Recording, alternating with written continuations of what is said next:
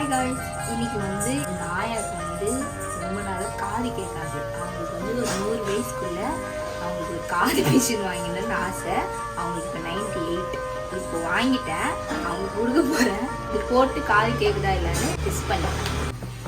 இதுதான் அந்த மிஸ்ஸி அம்மா இப்போ செக் பண்ணேன். ஐயோ நல்லா முடியல. இந்தாயா.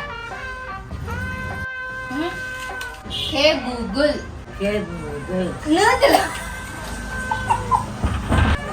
சிரி, கேத்திரி இல்லையா?